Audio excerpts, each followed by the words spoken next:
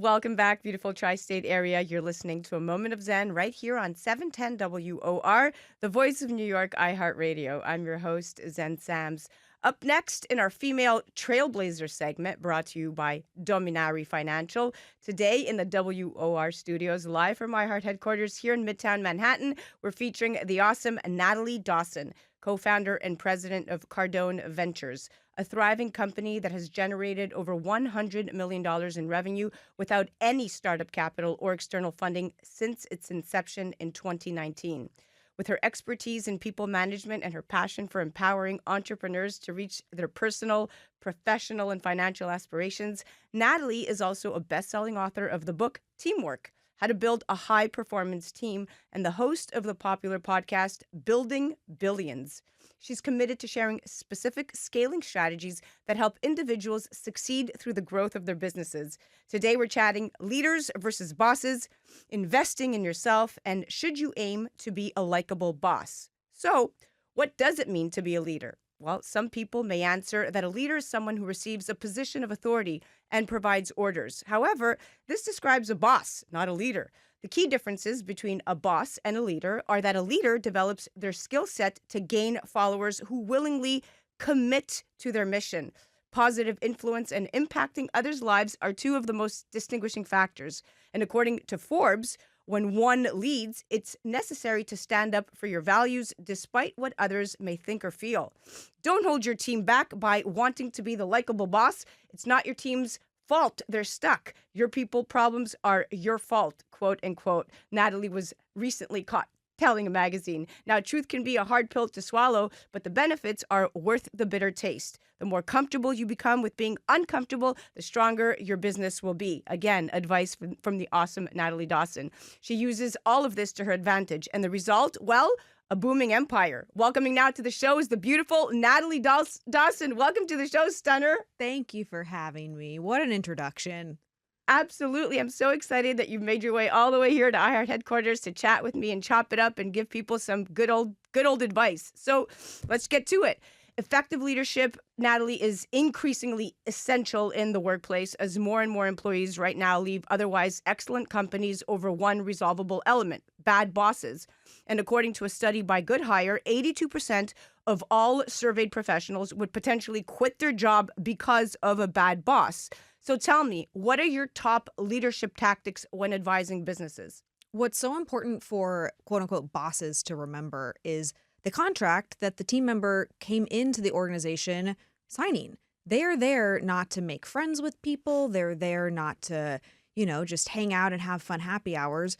The reason that a business hires employees is for the business to grow and for the team members to make money. At the end of the day, you are paying your employees. And so bosses tend to get stuck in projects and work and all of the things that really distract from the main reason why somebody drives into work and out of work every single day, which is they are getting paid.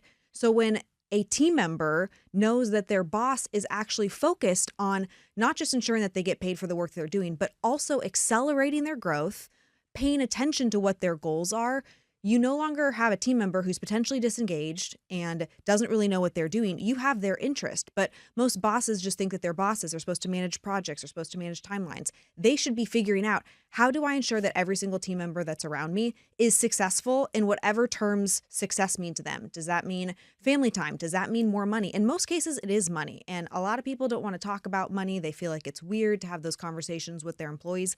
However, that's the premise that they are there under. You pay them. So if you're not focused on, how do they achieve their financial goals? What are their financial goals? You're really starting the relationship off wrong, and you're focusing on the wrong thing as a boss. You're focusing on tasks and projects and metrics instead of, how do I equip this person to see how important this work is by tying their financial goals and their financial interests to the business. Well said. You said it. You hit it right on, because, of course, there are crucial differences between bosses and leaders. So it's absolutely critical to analyze your leadership style so you can ensure you're effectively steering your team in the right direction and being honest and truthful with yourself and your team members. Now, being promoted to a management role is a huge accomplishment, but many professionals find the responsibility more challenging than they imagined. And being someone's boss doesn't necessarily mean you're a good leader. And so, of course, there's a big distinction, there's a big distinction between being a boss and being a leader. How do you recommend balancing both and or separating the two? Yeah, I like to think of bosses and or leaders as you should be a coach. The responsibility of the person in charge is to be alongside the person, is to help them get to where they want to go, is to be a source of encouragement, but also to push on them for their potential. And this goes back to what I was talking about with financial goals. If you don't know what their goals are, it's going to be difficult for you to be a coach. You think of a coach on a basketball team or a football team or a baseball team. They know that the goal is to win the game. They know that the goal is to win the Super Bowl or, whatever the target is. In business, we know what the business targets are, but when you can actually understand and take the time as a leader, as a boss, as a coach, whatever people call it, when you take the time, when you're the person that has the responsibility to actually understand what drives and what motivates that person, you stop having to act and feel like a boss, although being a boss is like, feeling like a boss is awesome, like a bossy boss. Like I love that, but not actually having that like hierarchical boss structure where there's just this weight and there's this different type of engagement. And so focusing on the team members' goals, understanding what those goals are, and helping them craft a plan for, man, what value do you have to actually add to this organization in order to get these goals, in order to hit these accomplishments, it changes the entire dynamic. You're 100% right. And at the end of the day, bosses command leaders' influence. And a key difference is that a boss's authority comes from their position. And in contrast, a leader's authority comes from their ability to influence other, right? When you look at it from a bird's eye view, a boss is there to ensure that employees follow the rules of an organization. But to your point, a leader will encourage others to think for themselves to achieve the desired end.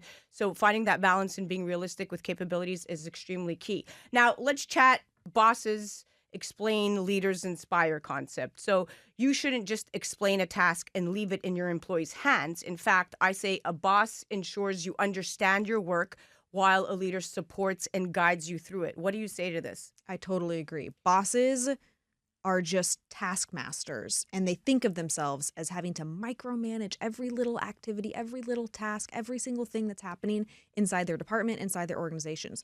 Whereas leaders really do harness the power of influence with their team members to say, hey, here's the established goal. How can you come up with great ideas and feel empowered to maybe be wrong, maybe have the bad idea in the room, but at least you're contributing in a way that feels unique to you, which is going to create engagement from the team member that ultimately helps them learn how to have better ideas. If somebody has a bad idea, they shouldn't not share it. If they have a good leader in place, but if they have a boss in place, then it's just going to be about managing that task. So you should be encouraging your team members, if you are a leader, to share their ideas, and then you have to take on the responsibility of actually coaching them. Hey, I appreciate these 3 ideas you brought to the table. This one was fantastic. We're going to move forward with this one. For the other 2 that you recommended, this is why strategically this might not make sense. It takes a little bit of extra time on the leader's part, but doing that coaching and actually having those honest conversations with your team member helps them develop, and then they get more excited and engaged, which again, helps the organization grow. I love it. And to your point, running a business is no easy task. I mean, Natalie, we all know this, and no matter how little or how much experience one can have, there's always something to learn or improve. So you may be under the impression that to be a good leader, you have to ensure your entire organization loves you, but this couldn't be further from the truth. In fact, it's something that you have been touted saying. It's human nature to aim, right, to be liked by others because it proves to us that we're doing something right. But when you're running a business, likability should be last on your priority list. You say don't aim to be a likable boss. Please explain. I just don't think that being liked is the target. Would it be great to be liked? Of course. I want to be liked. I want our team to be like, man, Natalie's the best. But the reality is what I really want is for them to be successful and for our clients to be successful. When I know that our team members are making 2 times more money than they were when they started with us because they've added valuable skill sets to their lives because I've pushed on them, I don't care if they don't like me when I push on them. Equally, when I push on them and then they create extraordinary results for our clients, I'm not concerned that anybody likes me at that point. I know that our clients' businesses have grown. I know that those team members are making more money. They've had a better impact on their families, their leaders inside our organization. They've grown and developed. Me being liked would be really a selfish way to think about my role as a leader. And that goes back to that leader versus boss thing. A boss might not also care if they're liked all that much. A leader probably inside like would like to be liked, but is willing to set that aside for the good of the organization, for the good of the team member, and ultimately for the best case scenario, which is the client that you're serving or the patient that you're servicing or the customer that you have, whatever your business model is. The purpose and the target truly is those clients. And so how do you push on your team and create the results knowing that because you are the leader, like you're the person on the team that's going to ensure the win. That's the only way that team members are really going to be excited continually to have you push on them. So then you take on that responsibility. Man, when I say that we do this, we win. I ensure success, but the team is also pushed and they're stretched and they're growing in that process. And so you don't have to be worried about being liked. You have to be worried about winning the game and hitting the target, which ultimately is your responsibility as the leader. Yeah, you said it. I mean, look, a boss doesn't take the time to get to know their employees as a leader does. Bosses view their team members as subordinates, while leaders let go of this hierarchical distinction and view their team members as equal contributors. And of course, to be a leader, it's essential to facilitate positive relationships with your employees, but work with their needs and, of course, create a culture that encourages open communication. Now, there's a notion here. Bosses are above the team. Leaders are part of the team. What are your thoughts? I believe in that. I believe that the leader should be right there alongside the team, pushing, helping solve problems, not doing the work of the team members. So that is the differentiation, right? Sometimes bosses, it can seem hierarchically like they don't touch the work. A leader is alongside. They're still not sometimes the ones solving the problem. The team members are responsible for solving problems, for understanding how to be best at their role. But the leader isn't just this absent person. They are there, they are understanding, they are going through that coaching process I was talking about just a second ago of, hey, bring me the 3 solutions to this problem. And then when I have the 3 solutions, if all 3 solutions are bad, I'm going to give you feedback and then I'm going to help craft a new one. But I'm also teaching and guiding you in that process. It's not like I'm sitting in my ivory tower saying you're doing these things horribly or like, well done, servants. Like, it doesn't work like that. Bosses shouldn't act like that. And sometimes it's just because bosses have never actually been introduced to this idea of real leadership and they don't understand that there's any other way outside of just micromanaging or cramming down on people to produce the results that they're looking for. But I believe, and have seen this time and time again with the businesses that I work with inside our own business, that when you act as a leader, you act as yourself, you are honest about the things that you're not great at, you hire great people in order to help you solve the problems that are at hand with your business, the whole organization just gets in this rhythm of, we're going to solve a new problem. Okay, the team rallies around it. We're going to figure it out. Yay, we have this great win. Okay, now on to the next problem. And that's how organizations truly grow.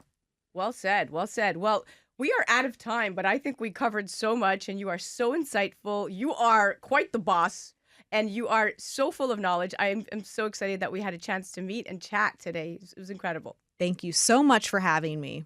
Absolutely. Guys, understanding the boss versus leader dynamic is an important part of personal and career growth. No leader sets out to become a bad boss, yet as studies show bad bosses are a big problem in American work culture. In fact, according to a survey conducted by Office Vibe, 3 out of 4 employees indicate that a bad boss is the worst part of their career.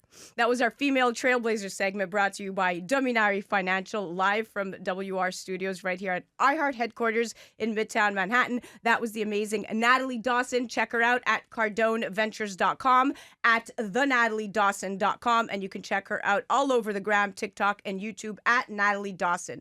You're listening to A Moment of Zen right here on 710 WOR, the voice of New York, iHeart Radio. We'll be right back after this.